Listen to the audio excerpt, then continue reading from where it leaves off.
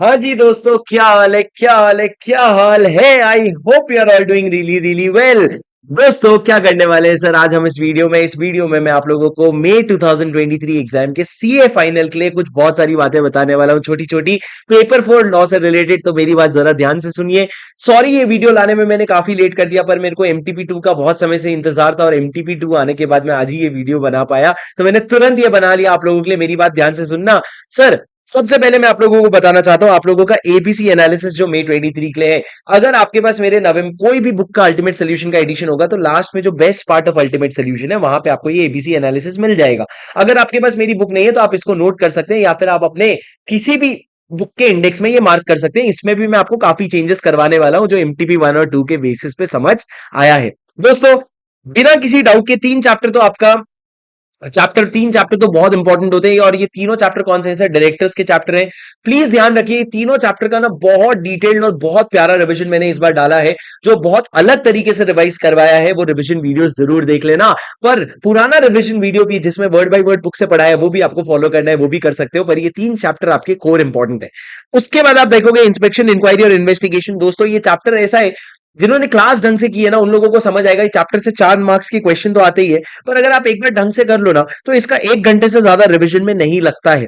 तो अगर 1 घंटे में अगर रिवीजन हो जाता है और 4 नंबर भी आ जाते हैं, तो मेरे को नहीं लगता आप लोगों को इसमें कोई भी चैलेंज आना चाहिए। आप लोगों ने इसको डेफिनेटली कैटेगरी ए में रखना चाहिए। सिमिलरली सर, कॉम्प्रोमाइज, अरेंजमेंट और अमालगमेशन का भी अगर आप देखेंगे तो वही चीजें होती है सर। 10 सेक्शन है मुश्किल से। अगर आपने चैप्टर एक बार ढंग से कर लिया, अगर आपका होल्ड आ गया तो 4 नंबर का है। तो मैं इसको, क्योंकि हर 1 घंटे में आपको 4 मार्क्स का एफर्ट लग जाता है, 4 मार्क्स मिल जाते हैं, इसलिए मैंने इसको एक कैटेगरी में डाला। इसको you should not try to skip it. उसके बाद आप कंपनीज एक्ट यहीं पे खत्म करोगे, और कंपनीज एक्ट खत्म करके आप आ जाओगे सेबी एक्ट और सेबी एलओडीआर में। सेबी एक्ट और सेबी एलओडीआर सर, वापस आपका 8 से 10 नंबर के क्वेश्चंस इसमें से आते हैं। माना कि थोड़ा बड़ा है, माना कि आपको 2.5 घंटे लग सकते हैं, but it is definitely worth it because it is a very important chapter. यहीं पे मैं आपको एक रिकमेंडेशन दूंगा, सेबी एलओडीआर को ना कोशिश करना है एग्जाम वाले दिन सुबह करने के लिए। क्यों? क्योंकि सर उसमें बहुत सारे ऐसे टाइम लिमिट्स है जो आपको एग्जाम हॉल में याद रखने में थोड़ा सा दिक्कत हो सकता है। तो उसको याद रखने के लिए आप एलओडीआर का आप जो है एग्जाम वाले दिन सुबह करना।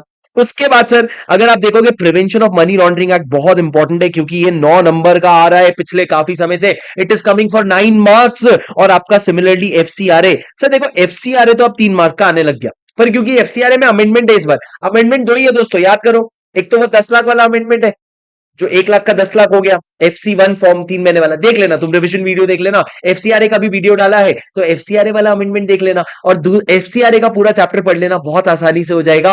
और आईबीसी जरूर कर लेना सर। ये सारे आपके कैटेगरी ए चैप्टर है। सर, क्या कैटेगरी ए चैप्टर का मतलब ये होता है सबसे पहले खत्म कर लू ना? कैटेगरी ए चैप्टर का मतलब ये होता है हम कुछ भी नहीं छोड़ेंगे, हम एकदम एकदम शिद्दत से पढ़ाई करेंगे, और उसमें कोई भी ऐसा टॉपिक नहीं होगा जो एग्जाम में अगर आ जाए तो हमारी बैंड बजाएगा। और हम इसको अपने क्रीम टाइम पे पढ़ेंगे। क्रीम टाइम कौन होता है? जो सुबह सुबह का समय होता है, 5-6 घंटा। एग्जाम वाले दिन के भी सुबह 3 घंटे हो गए, उस दिन शायद आपने आईबीसी ले लिया, तो ये हम इसको क्रीम टाइम में पढ़ेंगे, ताकि एग्जाम में मेरे को इसका 100% याद होना चाहिए।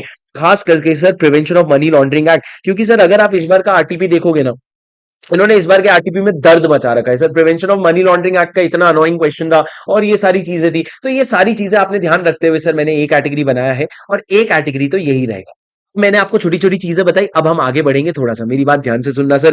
कैटेगरी बी में जो चैप्टर है, क्या वो लेस इंपॉर्टेंट है? नहीं सर। ये बस सीक्वेंस में आप सेकंड प्रायोरिटी डाल सकते हो, बस इतना कहने की बात है। मतलब ये अगर आप थोड़े से नींद में पढ़ रहे हो, थोड़ा से कम एफिशिएंसी में पढ़ रहे हो, चीजें समझ आ जाएगी, या फिर इसका वेटेज भी एग्जाम में कम होगा। सर, सबसे पहला prevention of operation and mismanagement, बहुत छोटू सा चैप्टर है सर। अगर आप इसमें 241 और 246 भी पढ़ोगे ना, सॉरी 241 और 244 भी पढ़ोगे ना, तो भी बहुत हो गया।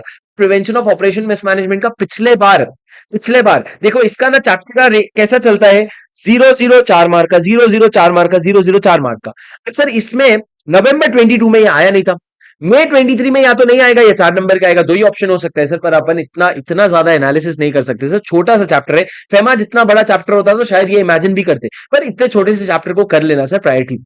Registered value is a very important concept, पूरे कॉन्सेप्ट इजी हैं, आपको काम आ जाएंगे। फॉरेन कंपनी का कॉन्सेप्ट भी बहुत इंपॉर्टेंट है सर, ये भी आप लोगों ने कर लेना है, लेकिन कैटेगरी बी में। Removal of name of companies और कंपनीज, ये तो सर बच्चों सी बात है। अगर तुम मेरे को बोलोगे तो ये सारी चीजें तो मेरे को एक बार कमेंट पे बता देना। ये सारी चीजें मैं लाइन से आकर के ना तुम्हारे एग्जाम के एक दिन पहले तुमको क्या करूंगा, रिविजन करवा ही दूंगा लाइव, ताकि तुम्हारा डिटेल में रिविजन हो जाए और छूटे भी नहीं। मतलब उसको ऐसा एक रिवीजन रख लेंगे, वो चैप्टर जो तुम छोड़ के जाने वाले, ठीक है। उसके बाद सर गवर्नमेंट कंपनी, वो 2 मिनट का चैप्टर। एनसीएलटी, एनसीएलटी 5 मिनट का चैप्टर। सर मैं बोल रहा हूं ऐसे, तुम समझ जाना, 2 मिनट मतलब 15-20 मिनट का। सर मिसलेनियस प्रोविजन जो है, निधि कंपनी, डोरमेंट कंपनी, कंपाउंडिंग, ये सारे चैप्टर्स आपको करने पड़ेंगे। फिर आर्बिट्रेशन भी करना है और फेमा भी करना है। सर आर्बिट्रेशन देखो रिलेटिवली काफी इजी है, रिविजन वीडियो भी डला हुआ है, आर्बिट्रेशन कर लोगे आप। फेमा की बात करते हैं सर थोड़ी सी। फेमा अभी तक हर अटेम्प्ट में स्टैंडर्ड 6 नंबर का आ रहा था। कितने नंबर का आ रहा था? 6 नंबर का।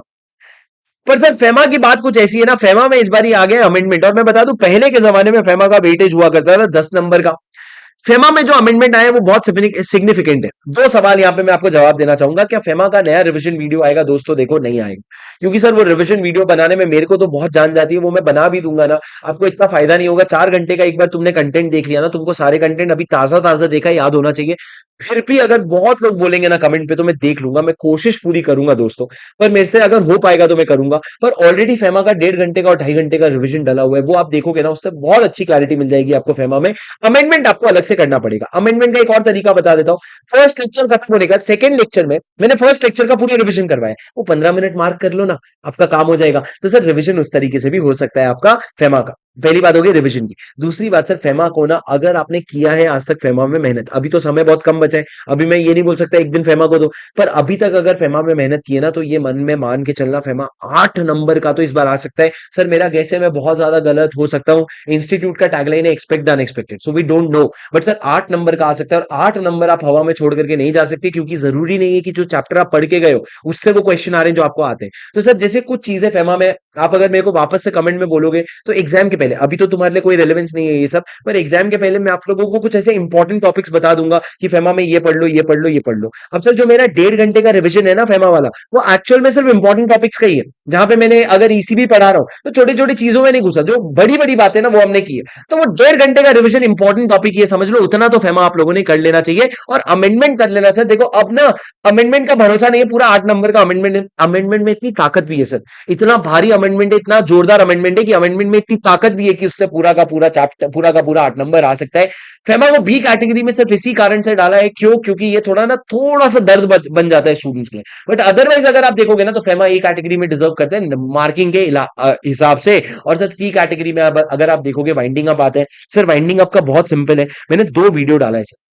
2 वीडियो 25-25 मिनट या 20-20 मिनट का है। 40 से 45 मिनट आपके लगेंगे सर जिंदगी के। पिछले 3 या 4 अटेम्प्ट से सर, दो दो अटेम्प्ट से या 3 अटेम्प्ट से इसी 40-45 मिनट के क्वेश्चंस अंदर क्वेश्चंस आ रहे हैं। आगे भी सर एक्सपेक्टेड यही है, क्योंकि इंस्टीट्यूट वाइंडिंग अप पे नए क्वेश्चंस बनाने की नई मेहनत कर रहे हैं। हम चाहते भी नहीं है करो इंस्टीट्यूट, हम तो आपके बहुत शुक्रगुजार हैं, हम तो आपको बहुत मानते हैं, बिल्कुल मेहनत करने की जरूरत नहीं है। और दूसरा सर, कॉर्पोरेट सेक्रेटरियल प्रैक्टिस जो है, अब पिछले अटेम्प्ट में सर इन्होंने आरटीपी एमटीपी में बहुत हवा बनाया था, एग्जाम में नहीं पूछा, इस बार आ सकता है। पर सर आपको सीएसपी का एक बेसिक नॉलेज होना चाहिए कि ड्राफ्टिंग कैसे होता है। ये आपको नॉलेज तब होगा सर अगर आपने ढंग से ऑडिट वॉडिट किया होगा अपने आर्टिकलशिप में, वरना इतना कोई खास बात नहीं है। क्योंकि बनी बनी सुनो ना, बनी कितना भी कर लो, कुछ ना कुछ तो छूटेगा ना बनी। तो पॉइंट ये सर, ये सारी चीजें हैं। अब सर उसके बाद ये तो आपका एबीसी कैटेगरी हो गया, इसको आपने नोट कर लेना है। यहीं पे मैंने बाजू में आपका लास्ट डे टाइम भी लिखा है कि कितना समय आपको मिलेगा पढ़ने के लिए ये चैप्टर। और ये सर, ये बहुत सोच समझ के लिखा हुआ है। आप इसका 10 मिनट कम ज्यादा कर सकते हो, लेकिन इससे ज्यादा सिग्निफिकेंटली वेरी मत करना। इतनी तो आपको एफिशिएंसी रखनी ही पड़ेगी अगर आप ढंग से खत्म करना चाहते हो। चलो आप हर किसी का ना 1.2 मल्टीप्लाई कर लेना, पर 1.2 में खत्म कर देना। अब सर इतने सारे क्वेश्चंस थोड़ी कर पाएंगे हम, इंपॉर्टेंट क्वेश्चन का लिस्ट भी दे दोगे क्या? देखो दोस्त, अगर मेरे को इंपॉर्टेंट क्वेश्चन का लिस्ट पता होती ना, कसम से 1-1 लाख रुपए मांगता तुमको और देता जरूर, 1 लाख रुपए लेकर के। पर है तो नहीं मेरे पास। मैं आपको वो क्वेश्चन बता सकता हूं मेरे क्वेश्चन बैंक के, जो क्वेश्चन अगर आप नहीं करके जाओगे और एग्जाम में आ गया ना, you will have a tough time. And that is R A category question. Sir मैं आपको ए कैटेगरी क्वेश्चन बता सकता हूं, और ए कैटेगरी क्वेश्चन की मैंने पूरी लिस्ट बना रखी है। डिस्क्रिप्शन पे आपको लिंक मिल जाएगा टेलीग्राम चैनल का, उस टेलीग्राम चैनल पे आपको ये लिंक मिलेगा। टेलीग्राम चैनल में आपको हर अपडेट मिलते रहेंगे। दो चीज आपने करना है, अगर आपको ये सारी मेहनत पसंद आ रही है ना दोस्तों, वीडियो को लाइक जरूर करना, ताकि मेरा मोटिवेशन बना रहे तुम्हारे एग्जाम तक हर कंटेंट देने का तुमको। और एबीसी, और आपको टेलीग्राम लिंक ज्वाइन कर लेना है, वहां पे बहुत कंटेंट मिलता रहेगा, इंक्लूडिंग थोड़े थोड़े एमसीक्यूज भी। अब सर यहाँ पे देखो, यहाँ पे मैंने एबीसी एनालिसिस जो बना रखा है, ये नाटक हो रहा है इसका। एबीसी एनालिसिस देखोगे अगर आप, तो ये मई 23 के लिए रिलेवेंट है। और यहाँ पे नीचे देखो सर, कंपनीज एक्ट का पूरा क्वेश्चन फ्रॉम क्वेश्चन बैंक है, कुछ एडेंडम रिसेंट क्वेश्चंस अगर ऐड हुए तो वो भी है, और पूरा ऐसे पूरा बना हुआ है। ये शीट आपको नीचे डिस्क्रिप्शन पे मिल जाएगा, नोट्स पढ़ना। और सर ये जो क्वेश्चंस मैंने एबीसी मार्क कर रखे हैं, इसको रिफाइन करा है मैंने, पिछले अटेम्प्ट से मैंने रिफाइन किया है, थोड़े हल्के क्वेश्चन हटाए, थोड़े डिफिकल्ट क्वेश्चन ऐड किए हैं। तो ये रिफाइंड वर्जन जो है, इसको रेफर कर लेना। मेरी बात समझे क्या? हाँ सर। और ये आप लोगों का इंपॉर्टेंट क्वेश्चन का लिस्ट है, जिसका लिंक आपको डिस्क्रिप्शन पे मिलेगा। और बहुत सारी छोटी छोटी चीजें जो आते रहेगी। आप लोगों को कुछ और चाहिए होगा तो मेरे को जरूर कमेंट पे बता देना। मैं मिलता हूं आपसे अगले वीडियो में, तब तक पढ़ते रहो, बढ़ते रहो। कुछ भी लगे मेरे तरफ तो बस कमेंट में बता देना, आपके सारे कमेंट मुझ तक पहुंच रहे हैं। और इसी के साथ साथ अगर 2 सेकंड हो तो, अगर कुछ आपको अच्छा लग रहा है हमारे चैनल के बारे में, हमारे कंटेंट के बारे में, तो बता के जरूर जाना, because your appreciation is my motivation, do remember that. ठीक है, वीडियो को लाइक जरूर कर देना, पढ़ते रहो। इस बार तुम्हारा अटेम्प्ट है, इस बार तुम बहुत अच्छे से स्कोर करोगे, ये मेरा वादा है। अपने दिल के लिए, अपने तसल्ली के लिए नीचे कमेंट में एक बार लिख करके जाओ, I will give my 200% in this attempt. पहले वाले वीडियो में लिखा भी हो ना, फिर से लिख करके जाना, दिल से लिखना, आवाज आने देना, I will give my 200% in this attempt. या फिर चाहिए तो ऐसा भी लिख सकते हो, क्या बात करते हो, जान दे देंगे। समझ रहे हो ना? चलो guys, I hope you enjoyed this video, I hope this video was helpful, I will keep bringing more such content. ये जो है आप लोगों को नोट कर लेना है यहाँ पे स्क्रीन से। मैं मिलता हूँ आपसे आपसे अगले वीडियो में, तब तक के लिए take care, bye bye, see you and prepare well. This is C A Shubham Singhal signing of.